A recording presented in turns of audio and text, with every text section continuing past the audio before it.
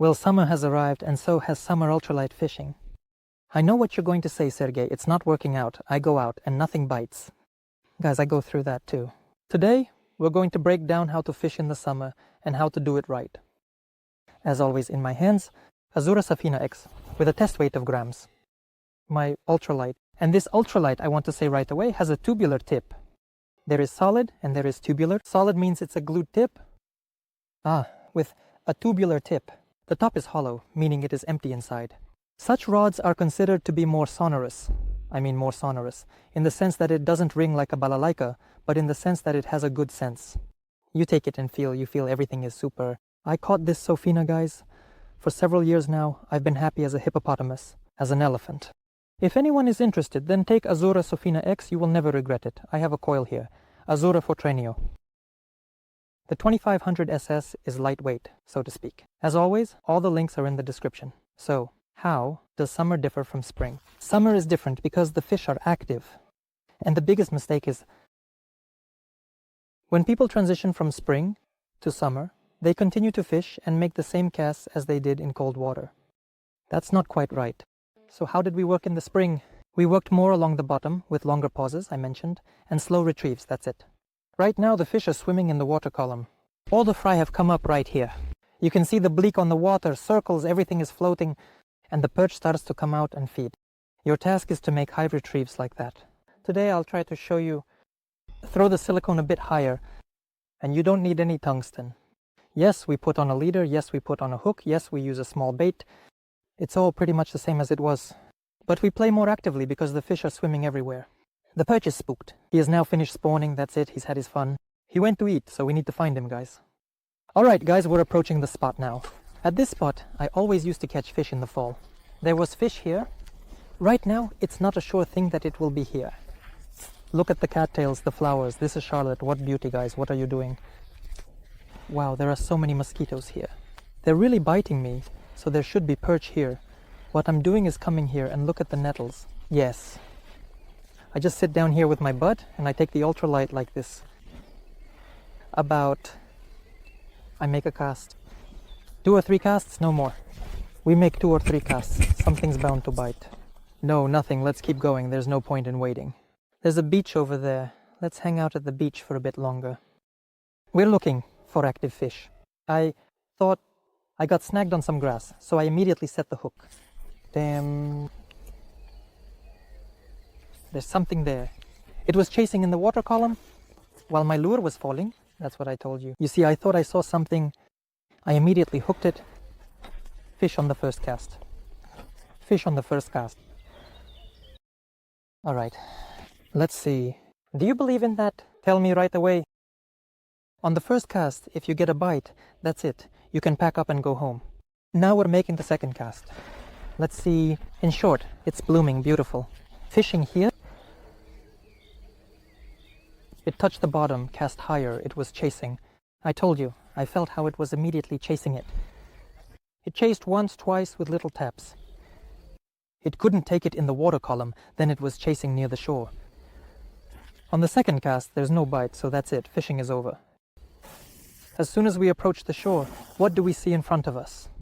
Well, of course, we see a log floating. As Diamond once said,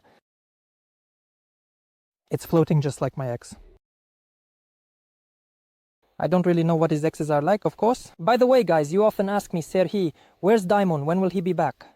Guys, Demon has left. He's not here for now. When it happens, it happens. What do I want to say right away? We approach and start fishing. Right now, there's a really big problem. What's the problem? The problem is that there's a lot of grass. The grass is growing. We see the reeds. There they are, green, right in front of you. Look at that reed, it's green. Here's the reed of my childhood, reeds everywhere. That's just what we see. What's underwater is a whole different story. So we can even use offset hooks. I'll show you what it is. For those who don't know, I think you know that this isn't your first time fishing. But fish might not bite on an offset hook. They could be scared. You know what I mean. What am I doing? So I've touched the bottom and I'm making a high flip like this. So my bait moves like this, with these kinds of motions, you know, like a balancer in winter. Not just a little on the bottom, but really higher up, it jumps. And I stop. Sometimes there are those kinds of retrieves, really high flips. Because the perch comes up, guys, up, and so does the pike. That's exactly how it goes out. So what's our task in the summer? Make high flips, catch fish, try different depths, and adjust the baits. Right now, it doesn't have to be mandatory. Passive baits, I have a passive bait right now. We can use something active like vibrotails, twisters, and all that kind of stuff. By the way, for those who don't know what a vibrotail and a twister are, I'll show you right now. Let's go. Right now I have a passive bait that I use in winter, autumn, spring, and summer. This is a bait with a regular tail. No paddles, no spirals, nothing. So we control the action of this bait with the rod. The way we jerked it, the way we flipped it, that's how it moves for us. But there are baits that are originally active. This is a twister. Look, here it is, the twister. Do you see what kind of tail it has? Here's that kind of tail. That is, when you do the wiring with this bait, you will simply twist it, and it will be on its own. This is how the active one spins, plus you'll be giving it some extra action, and it will wobble a bit. Right now the fish can do this because, friends, it's coming out, surfacing, and it's all looking to see what's swimming around. As you can see, the birds are flying, and there it stands. Someone is jumping around in a way that's hard to understand because all the fish are swimming uniformly. She needs something new. She just gobbles it up. So, your 300 is great. It can catch pike, perch, and other fish. But of course, if there's a bite, if the fish are active that day. And there's the vibrotail. A vibrotail is this thing that has a little paddle at the back of the bait. So this is a bait with a tiny little paddle. This is what it looks like. Take a look. Here it is, the vibrotail. Here's the paddle it has. This vibrotail is also considered an active bait, but it doesn't have a propeller-like movement like the twister. It has a tail instead. This is how it wobbles, like a fish. It turns out. You can also play along. It will be animated, for which I tell you what's the joke. Now, when the water is already warm and the fish are active, these are the vibrotails, all the baits. It's great and cool. That's how it was for me in the fall. I came, in short, I cast, everything was beautiful, there was fish, then bam, and I cast all the way home. The perch started biting when the bait was reaching the bottom. It wasn't even on the bottom yet, it was just getting there in the water column. That is, in our thickness now, it is like this. Swimming. We touch on one about somewhere around here. Come on, come on. There's definitely one around here. We need to find it. Where there's one, there's usually a second one. But since the size is not large, then, it's not worth worrying too much and waiting in one place. You can move. And I mean 3 casts at each spot. 1, 2, 3. We fanned out our casts to different spots. Yes, no, we're leaving. There's no point in us standing here half a day. All right, we made the cast. Second, no way. We definitely need to watch the lure. If it's hanging sideways like a crab after a bite or after getting snagged, then guys, the fish might not be biting anymore. Did you notice my cast? I'm casting from under the skirt. Why? There are a few factors here.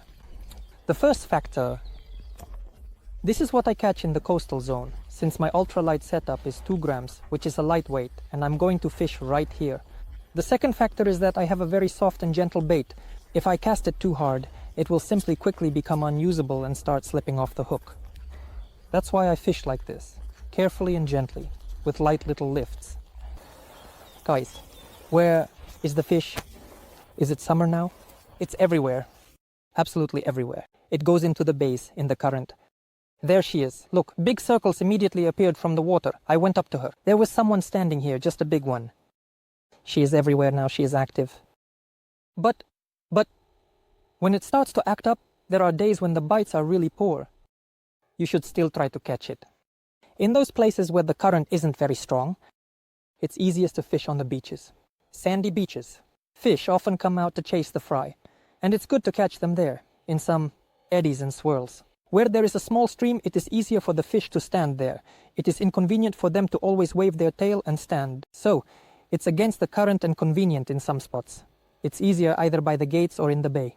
And in general, almost nothing runs between us. There are no streams, Chuck. A pause at the bottom.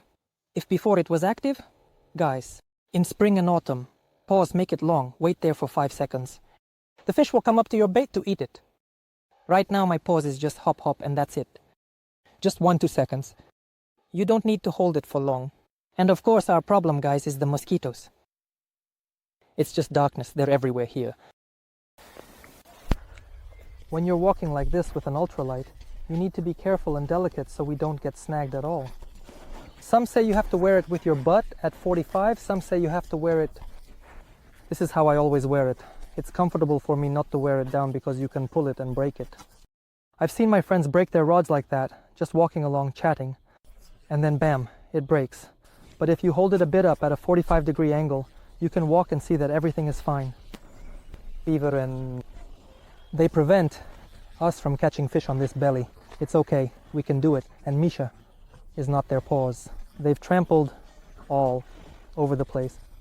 So of course, there won't be any fish here. And look at me. I'm getting bitten by mosquitoes. Come here, it's better for me. Me. This is what I did while swimming.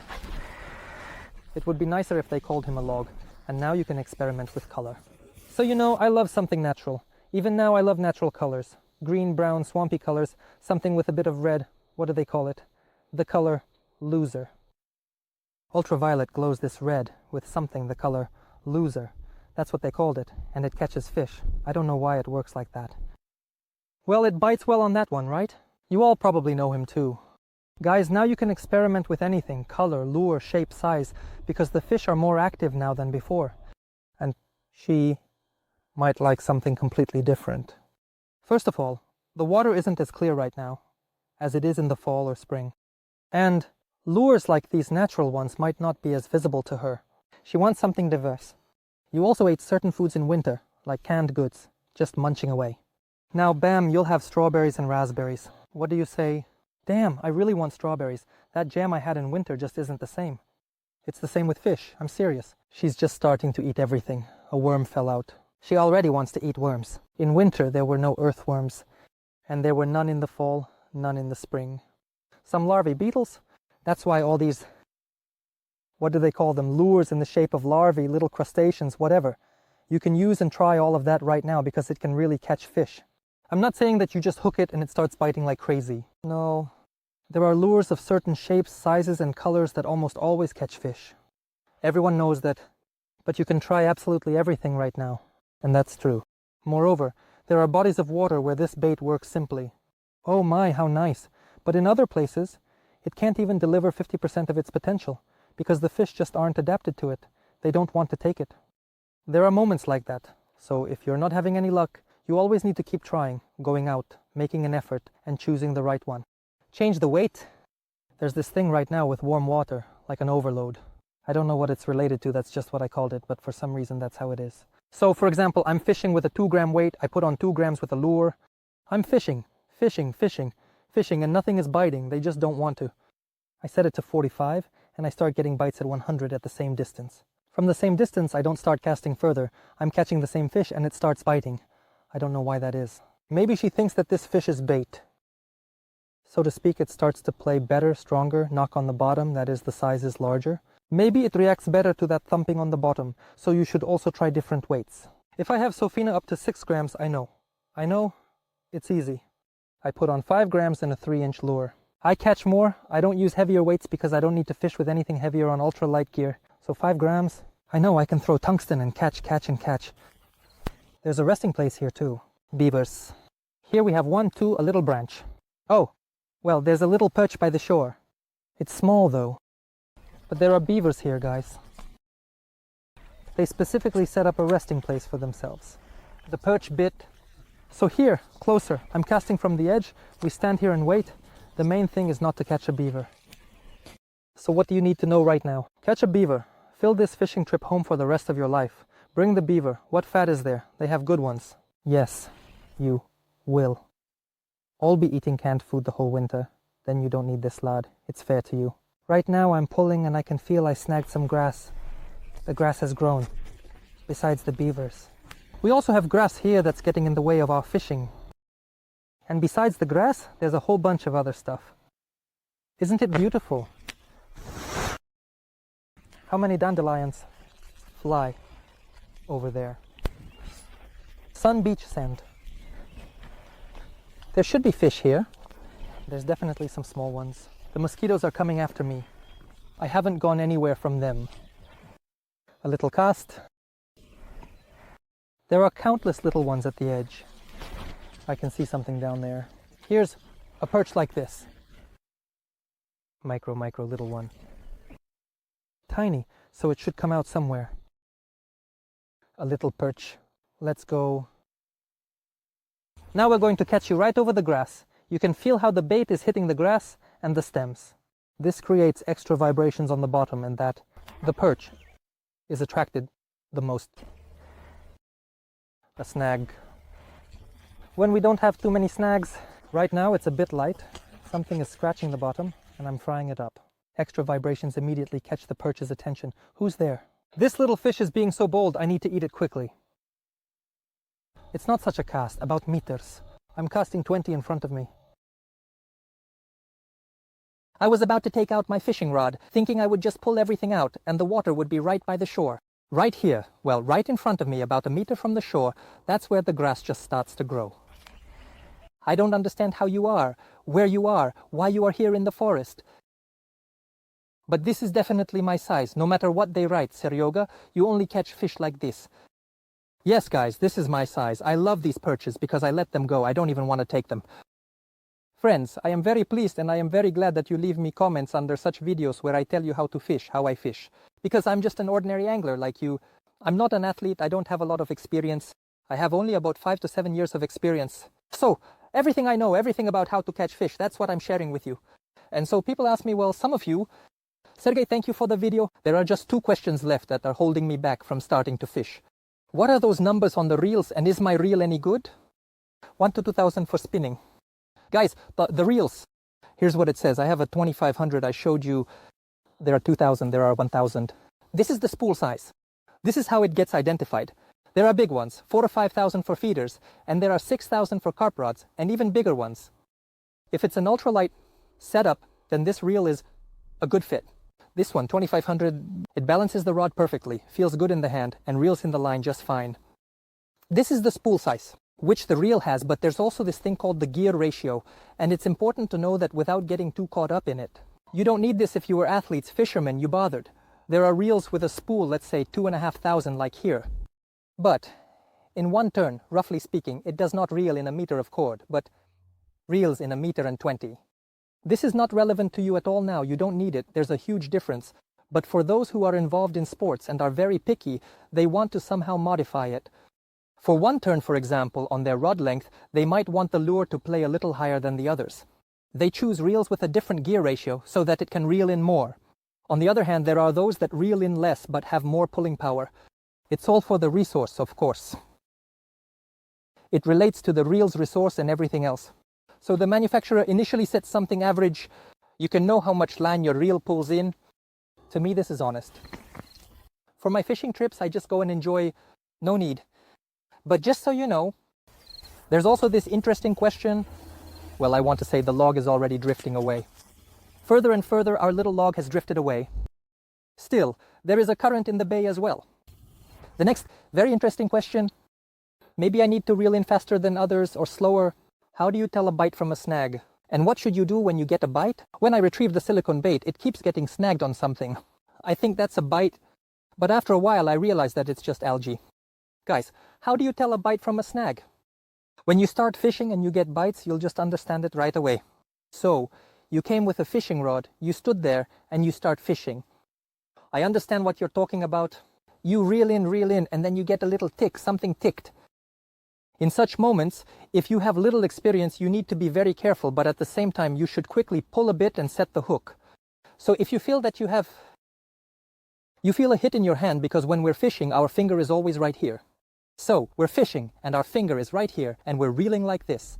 With good sensitivity, you'll feel even the slightest touch, like a bait brushing against the weeds, everywhere. You immediately go whoop and set the hook, but carefully, so that it is possible to do something stupid. You can easily break your paddle, you know? It's better to set the hook. That's one. Secondly, how do you tell the difference? All with experience. Everything comes with experience. It's like driving a car, riding a trolley bus, playing football, or doing something else, right? Everything comes with experience. You'll start to distinguish between sand, shells, or some kind of slab, or a snag, or a branch. Or you might just be getting caught on some weeds or silt at the bottom. Everything comes with experience, seriously. So I Can't really give you any tips here, just fish and enjoy. So there's a perch here by the shore. Come here.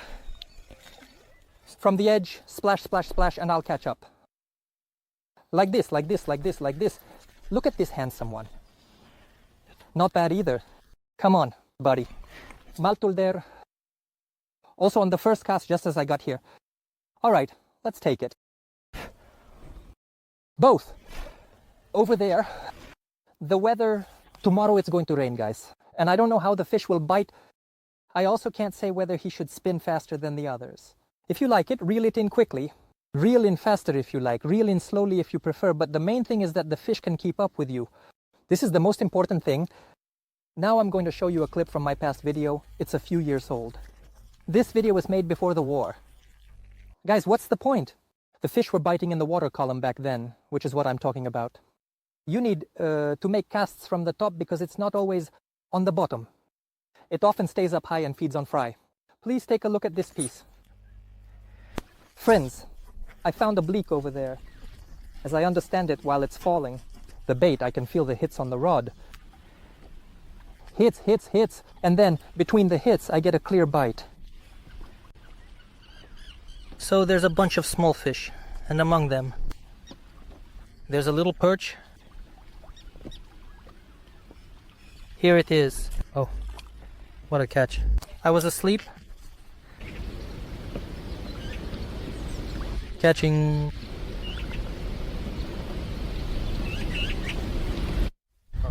That's a nice one too. I'm frying it. I caught it. Come on, come on, come on, come on. This is how the bait works. And we go to the right there. If we found fish, I'm frying it. Main thing is find it.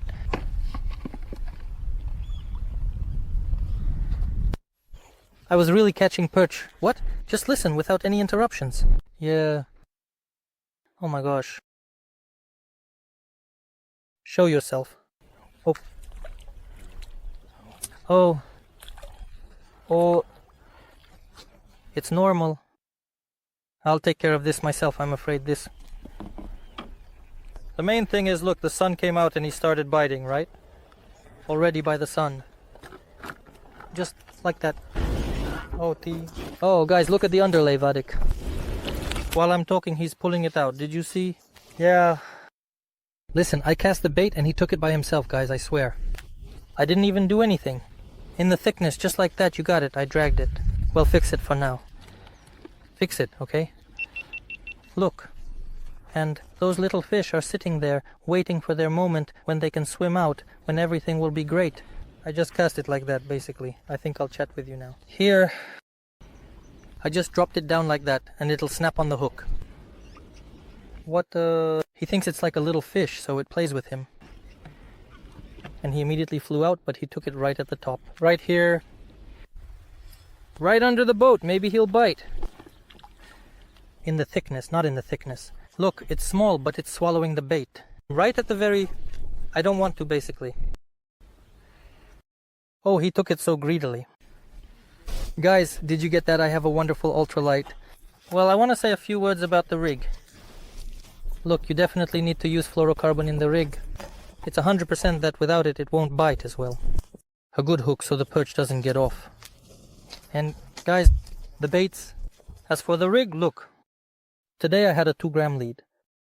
2 grams of lead and right next to it 3 grams of tungsten. Let's compare by size, even though the tungsten is a gram heavier because the metal is denser. It has a higher density, so in the same spot, the size is smaller. So tungsten is 3 grams, lead is 2 grams. Today I used a snap, because the water is warm and you can fish with a snap. I usually fish without it and also use a clasp to prevent the sleeve from slipping. Today I switched from lead to tungsten just because it's shiny. When it got cloudy, I decided to use a shiny weight to attract the fish more. You can also use other brightly colored painted lead weights. For example, you can use a jig head in green, red, or any other color.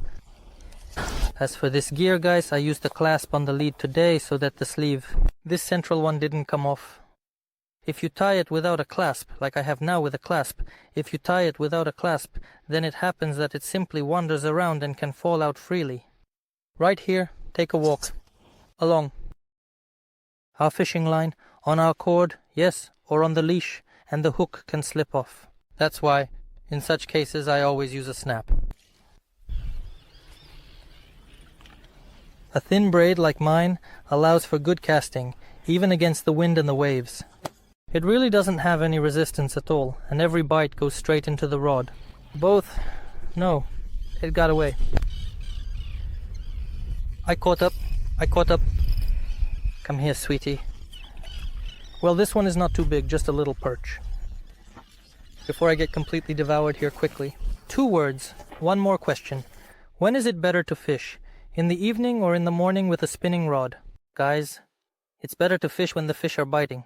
I always say, if you go out in the morning and there's no beak, there will definitely be a bite in the evening or the next morning. Because the fish can't go without eating for so long, it will want to eat and will come out to eat.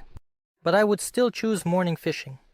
Evening fishing is cool too, but in the morning, the dawn is just coming up, and you need to be here right away and start trying to catch some fish.